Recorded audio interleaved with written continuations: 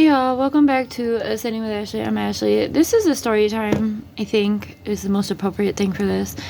I'm just getting on here because I need to share, because I'm kind of going a little bit cry with the situation of Blackie, the alley cat, who is really badly wounded, and he is refusing to get in the carrier. Now, most people would be like, force him.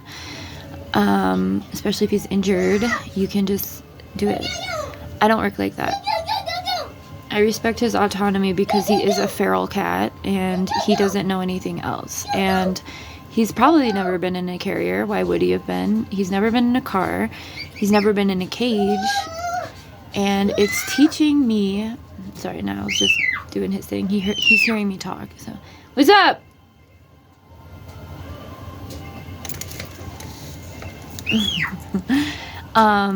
So he's teaching me a big lesson that I have been learning this year, watching everything, and that is about true freedom, and resistance.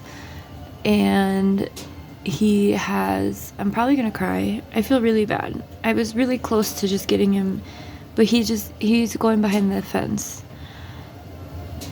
He has insulation stuck to his wounds, and I think that's what I thought was his organs, but I was just examining a little bit while I was talking to him.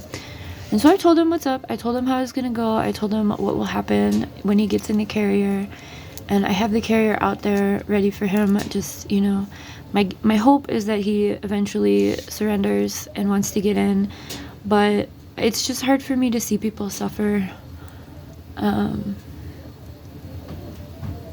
And I told him that you're a cat, you're gonna get another body, and you can come back, but I don't know how people homestead with animals. I am way too sensitive for this shit, and I just know he's hurting. And I told him, either you're gonna get to go, a very painful, the pain will go away and you'll get a new body, or they'll be able to clean you up and maybe you'll get a family. And he just doesn't want any of it. And it's really teaching me about colonizing, right? I'm talking about how I want to liberate the animals at the zoo, but here I am trying to incarcerate one when he's in need, and it makes me feel really bad, but I can't. I'm way too sensitive to help him at this time. I don't like seeing people hurting, especially innocent beings. But I am allowing him to continue to make his choice. I'm not going to force him. And I just wanted to share this learning moment with everybody. Palestine has been so big in my understanding of this. And the whole reason I'm taking care of the alley cats is because of the inspiration of the people taking care of the animals in Palestine. I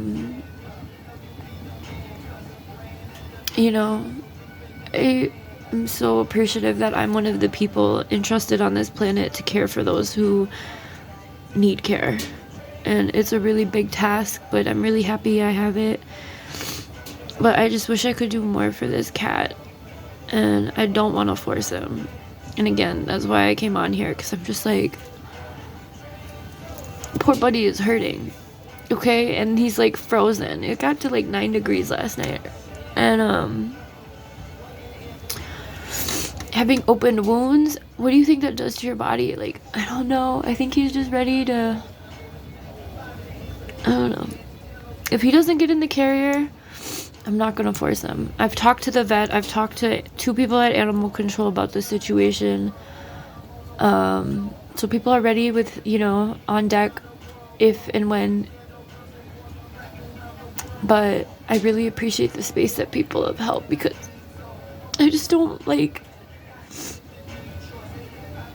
don't want him to hurt, I don't want him to die, but if he's hurting, it might be the best option, And just having that conversation with both of the people at animal control was really sweet, because it's just like, they're used to this. They do this all the time with animals, and I should be used to it, but I'm not.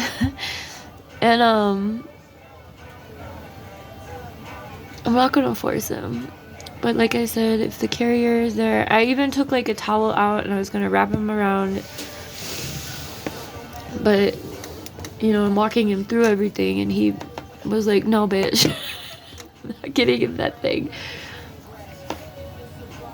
So I just wanted to get on here and remind you that sometimes lessons are at the expense of others.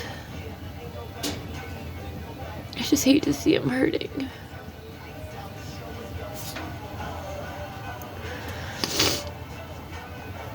I hate seeing people in pain. I had this situation a couple months ago where I helped a guinea pig who had gotten out. I think I shared this in something. And I've gotten further confirmation that I was put on their path so that they would have an easy transition, because I got the guinea pig and we made it like a little home in a box, and I gave it some crystals to heal and like a whole bunch of food, and you know, and we kept it in our room at night because no cats allowed in our room at night. And he passed away. The guinea pig passed away overnight, and so I had it for a few hours, and that was really, really sad. And I wasn't trying to intervene, but like the neighbors let them out, and I'm like, why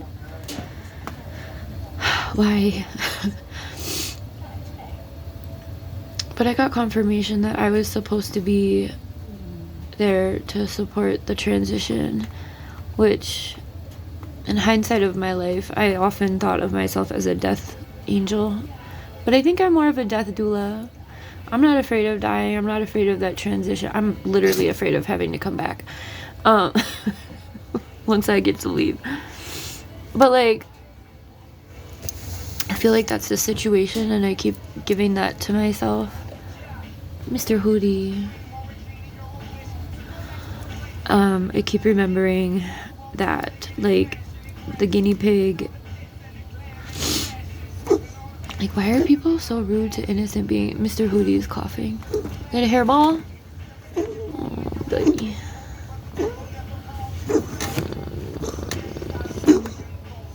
Hey, sweetie. Mr. Hootie kind of looks like Toothless the dragon, and so does Blackie. Mr. Hootie's fuzzy, though. Blackie's a short-haired black cat.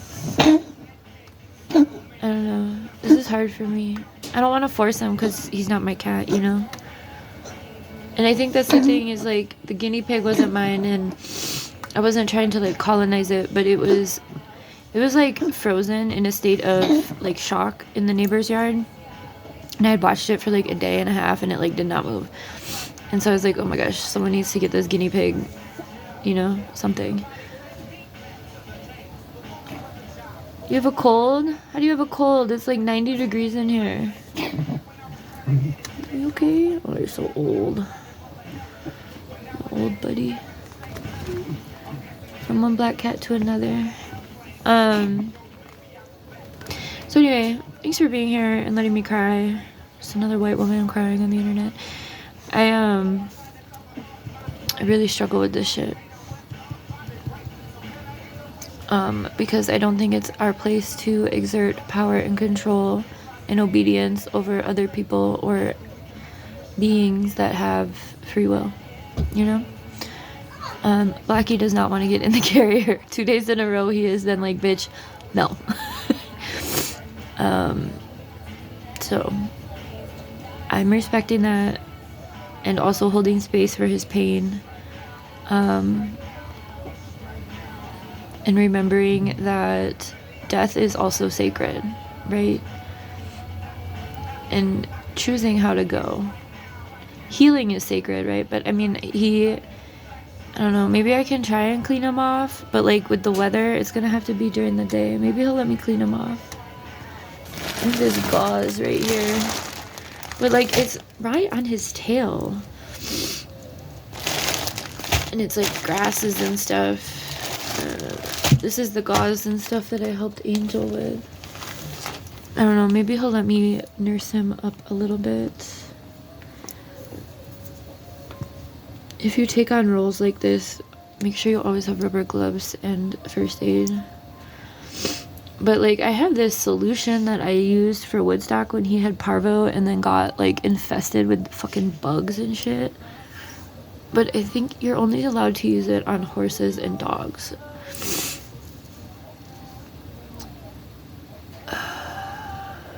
So I'm not trying to do anything that I shouldn't.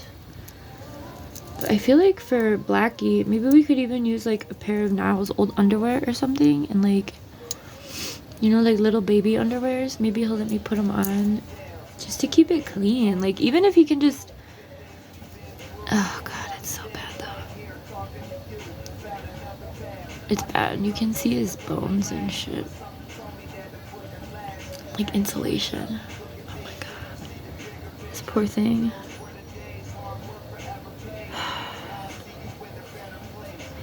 Anyway, I know I'm thinking too much about this. I know that everybody else would have just forced him into the carrier and taken him in, but that's why I'm struggling, because it's not my place. He knows he's hurting. He knows he's in pain, and I've told him I can't help you. I can't do this for you.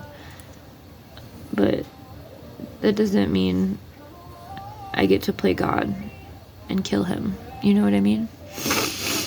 He keeps having faith in himself and healing, so let's hold that space for him. All right. I hope that this helps you be more compassionate about life, and liberty, free will. For some reason, people think that animals aren't sentient beings. They're way more sentient than humans. I'll tell you that much. Hey, Hoodie? These stupid humans. Okay. Thanks for being here and holding space for me, because this is really difficult.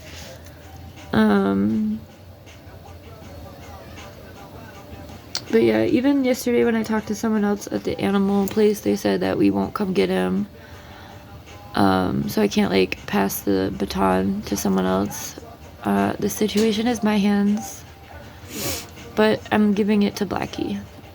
He understands what needs to happen, and he's saying no. So we have to honor that. It's not our choice. And I just wonder how life would be if we all existed this way all the time for each other. You know?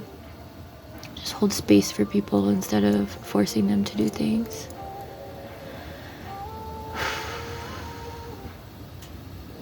Okay. Thanks for being here. I'll see you in a little bit. I'm going to do some work today, but I'm also going to take it super easy because I'm holding space. Okay, bye.